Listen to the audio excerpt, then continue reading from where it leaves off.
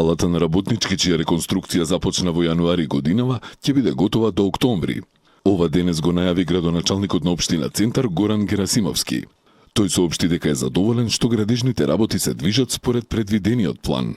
Инаку спортската сала се реконструира со пари од државниот буџет, а со реконструкцијата ќе добие нов покрив, фасада, проширен терен, нова еластична подлога, подно грејење, климатизација, модерно осветлување. На трибините ќе бидат поставени 891 седиште.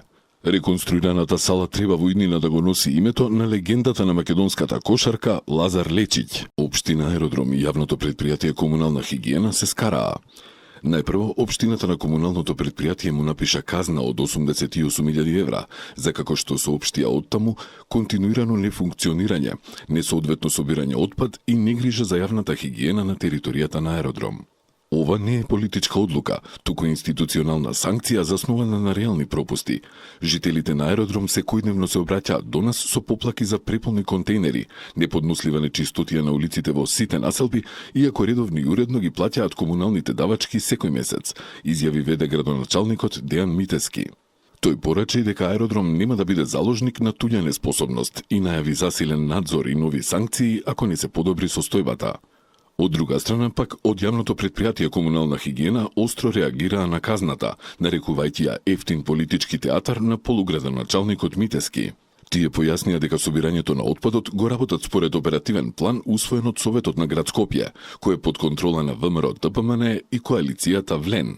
Инаку преполни контейнери со ѓубре има во цело Скопје. Многумина граѓани во минатото реагираа дека проблеми има и со празнење на кантите за ѓубре од куќите низ населбите за индивидуално домување, каде што наместо 2 пати ѓубрето се собира еднаш неделно. Во општина Ѓорче Петров нема да се градат хемиски фабрики. Вака Александар Стојковски, градоначалник на општина Ѓорче Петров, ги демантираше изјавите на градоначалничката на Скопје Даниела Арсовска, која обвини дека ваков тип на фабрики ќе се градат на територијата на општината. Стојковски смета дека ова е обид на Арсовска да создаде хаос меѓу граѓаните.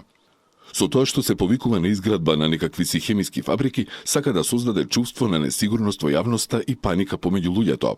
Најодговорно тврдам дека на тој потек, ниту пак на било кој друг дел на територијата на општина Ѓорче Петров, не постои локација на која што е предвидено да се градат било каков тип на објекти од тешка индустрија, изјави градоначалникот Стојковски.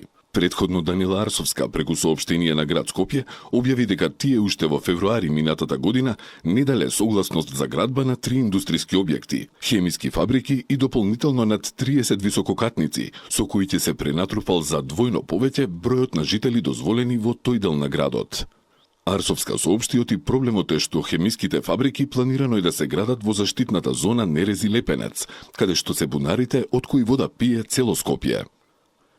Со одржување на спортски надпревари во фудбал и кошарка, вчера беа пуштени во употреба спортските игралишта за фудбал, ракомет и кошарка во основното училиште Гоце Делчев во Илинден, кои во изминатиот период беа целосно реконструирани.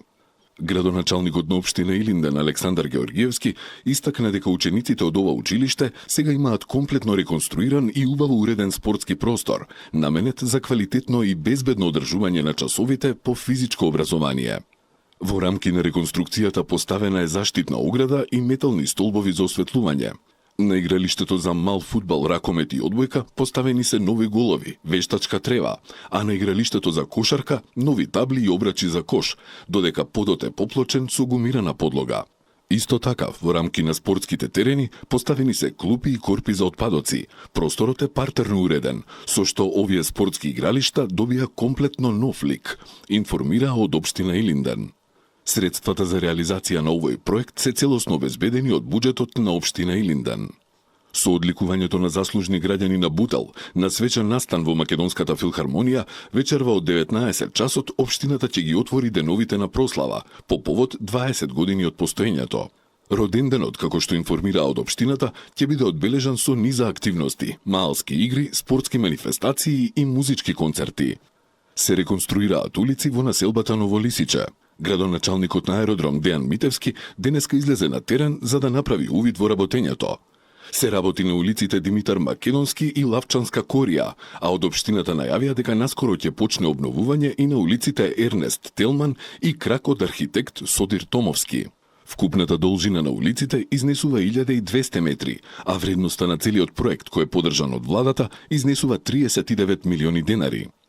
Утре, во раните утрински часови на подрачјето на градот Скопје, ќе се реализира авионска дезинсекција против ларви од комарци, соопштија од секторот за комунални работи на град Скопје, откаде ги предупредуваат пчеларите навремено да ги преземат потребните мерки за заштита на пчелите. Доколку временските услови не го дозволуваат прскањето, тоа ќе се направи првиот нареден ден кога временските услови ќе бидат поволни во истите термини, информира од градската администрација. Фестивалот за класичен балет и за модерен танц започнува денес, а е во организација на Детскиот културен центар Карпош. Директорката на Детскиот културен центар Карпош, Билјана Лалчевска-Серафимовска, објасни дека овој фестивал е единствен од ваков вид кај нас, кој е референтна точка за сите влюбеници во балетската уметност и во современиот танц. Наградата за животно дело оваа година постхумно ќе му биде доделена на Ѓорѓи Македонски, основоположникот на балетската уметност во нашата држава. Според програмата, гости на двете фестивалски вечери ќе бидат балерините при музичко-балетскиот училишен центар Илија Николовски Луј. Ќе има гости од Турција и од Канада. Ќе има учесници и од катедрата за современ танц и балетска педагогија при Универзитетот Гоце Делчев од Штип, балетското студио Балерина, солисти од Националната опера и балет, како и членовите на балетската секција од Детскиот културен центар Карпош. Фестивалот ќе трае до четврток и е со поддршка од градот Скопје од Министерството за култура и туризам. За основците и средношколците денеска завршува учебната година и до 31 август ќе бидат на летен распуст. За матурантите наставата заврши на 16 мај, а утре ќе го полагаат вториот екстерен испит од државната матура. Првиот дел, задолжителниот испит по мајчин јазик, над 15.000 матуранти го полагаа на 31 мај. Полуматурантите пак овој месец треба да одлучат каде ќе го продолжат средното образование. До крајот на јуни, Ѓорче Петровци ќе можат да аплицираат за субвенции при купување на нови велосипеди. Општината, како што информира оттаму, ќе покрива 50% од вкупната цена на велосипедот, но не повеќе од 3000 денари по лице, вклучително и данок на личен доход. Право на користење на средствата имаат жителите на општина Ѓорче Петров кои купила или ќе купат нов велосипед на територијата на Република Македонија во периодот од 1.1.2025 година до 30.6.2025 година или до исцрпување на предвидените средства, појаснија од општината. Пристигнатите барања ќе се разгледуваат по принципот прв дојден, прв услужен, според датумот и времето на поднесување. Ракометниот клуб Алкалоид се пофали со 7 засилувања за следната сезона.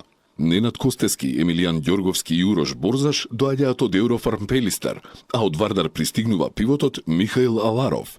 Михаил Ивановски се враќа од позајмица, додека од младинскиот погон кај сениорите е прекомандуван голманот Ѓорѓи Николовски. Од ракометниот клуб Прилеп доаѓа Давид Трајковски. Со овие засилувања, Алкалоид ја продолжува својата мисија да промовира македонски ракометари и да биде вистински столб на македонскиот ракомет, соопштија од клубот од Автокоманда. Инаку, ракометниот клуб Алкалоид во што туку завршената сезона го освои ЕХФ Европскиот куп, а претходно и купот и суперкупот на Македонија. Освојувачот на фудбалскиот куп на Македонија, екипата на Вардар, ги почна подготовките за новата сезона. Скопските црвено-црни се една од 4 екипи кои ќе представуваат Македонија во Еврокуповите, а бидејќи стартуваат уште во првото предколо, сезоната ќе се отвори во првата половина на јули. Во првите денови ќе тренираат во спортскиот центар во Хиподром, а од 13 јуни тимот се сели во словенечкиот град Раденци, каде што се закажани и пријателски надпревари со Олимпија и Марибор.